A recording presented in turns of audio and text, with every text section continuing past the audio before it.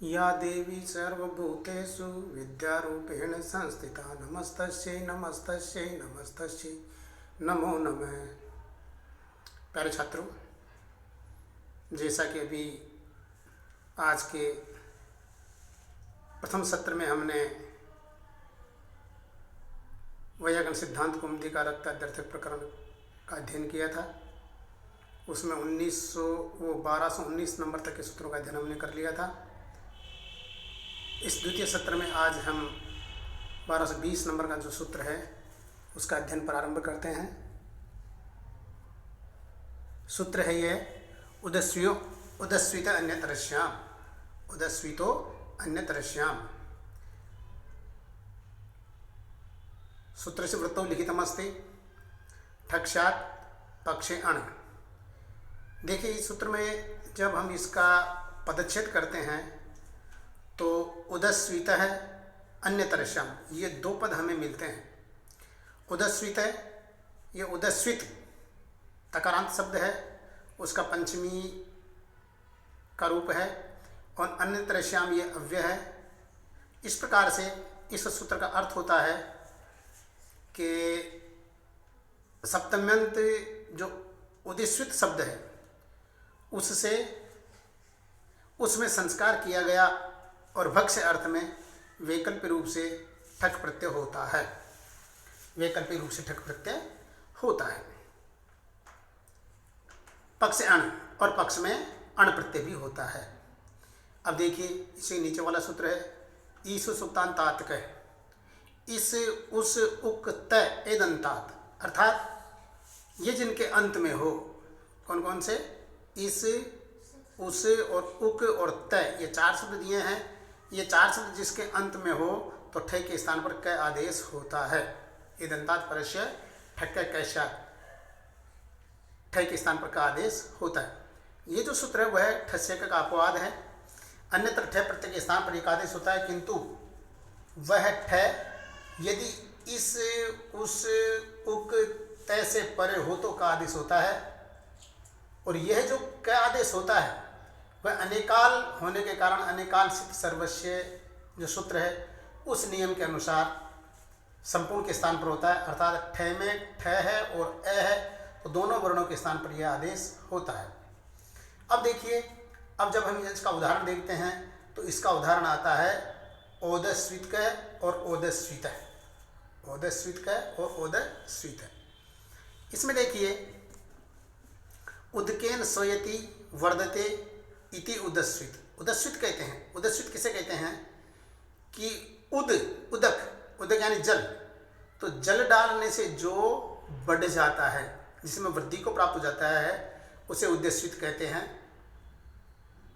तो इस प्रकार से उदस्विति संस्कृतम ये लौकिक विग्रह है, और उदस्वित गी इस प्रकार से ये अलौकिक विग्रह हो जाएगा।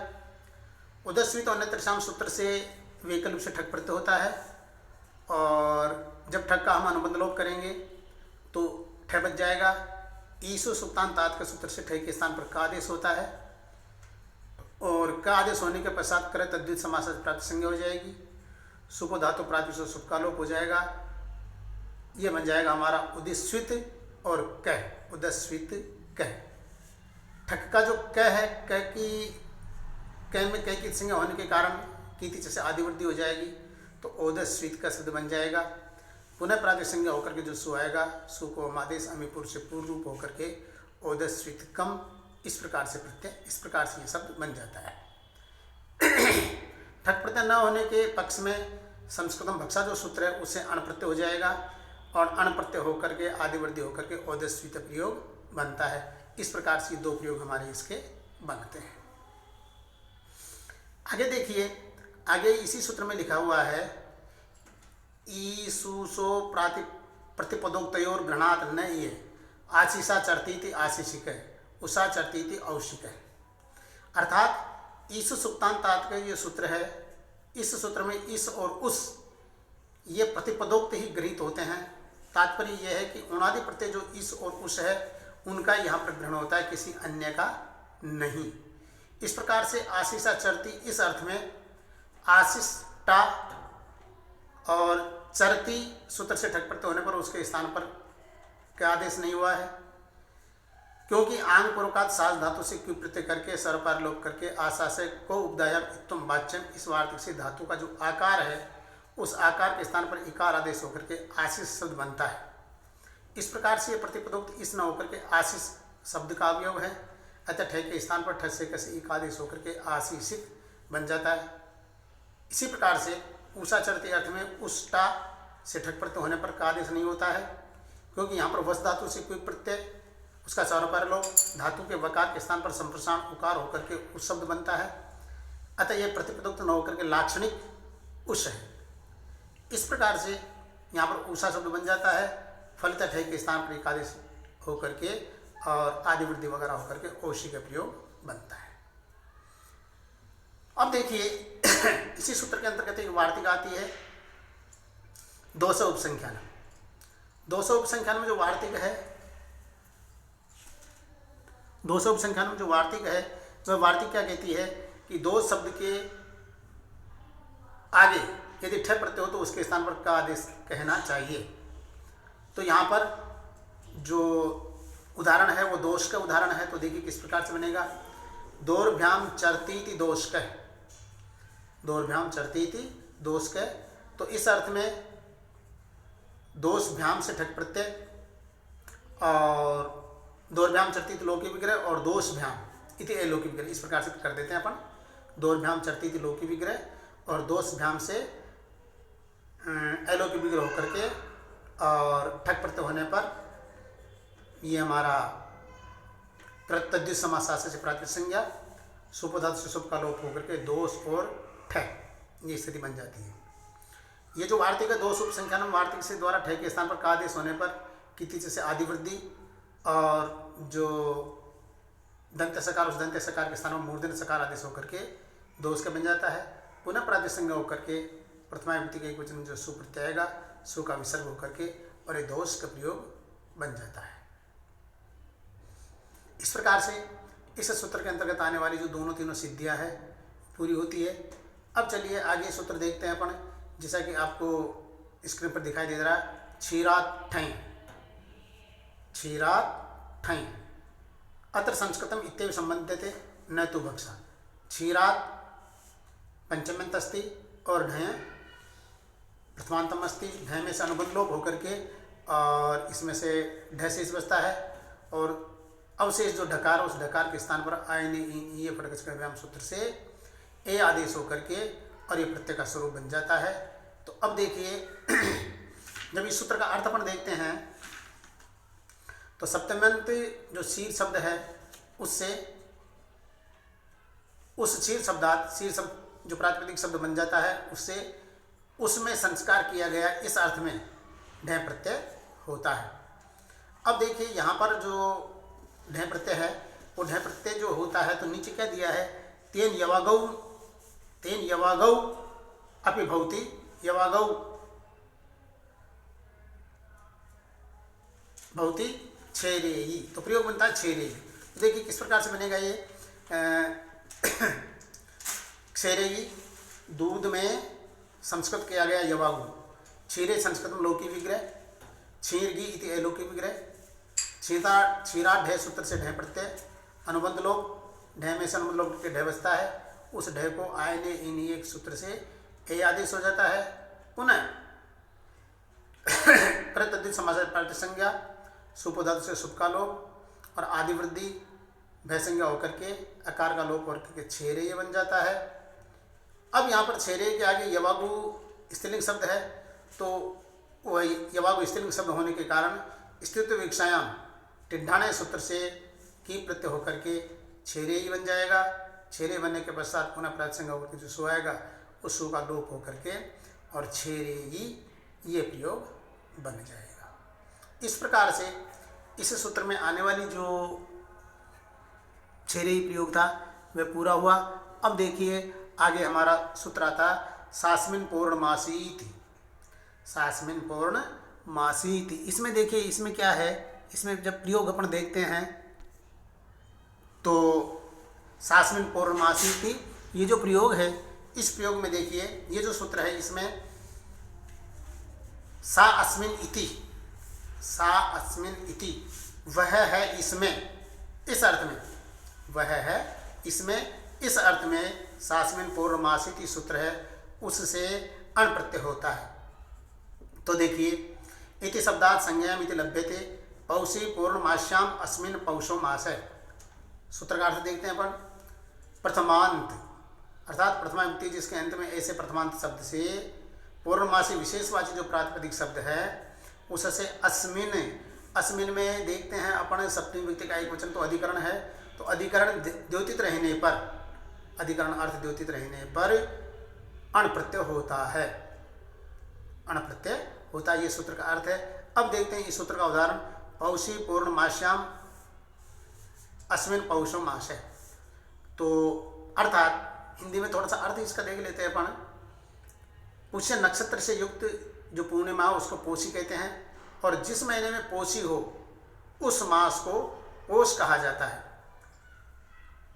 तो इसमें देखिए, पुष्य युक्ता पूर्णमासी पौषी सा यस्मिन मासे भवती से पौषो मास है, इस ये लौकिक विग्रह, और पुष्यटा से अलौकिक विग्रह होकर के नक्षत्रेण युक्त काल है, ये जो सूत्र है इस सूत्र के द्वारा अण प्रत्यय हो जाएगा, अनुबंध लोप हो जाएगा, कृत तद्धित समासात प्राप्त संज्ञा हो जाएगी, सुप धातु से सुप का लोप और आदि वृद्धि भय संज्ञा करके ये स्थिति से आकार का लोप होने के पश्चात पौष्य अण का अ, पौष्य अ बन जाता है।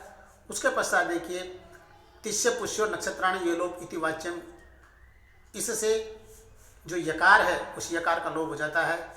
तो पौ से और आधा ये है, तो हमारा जो पौष का जो सह लंद बचता है वह अण वाले ऐसे पूरा होकर के पौषय बन जाता है।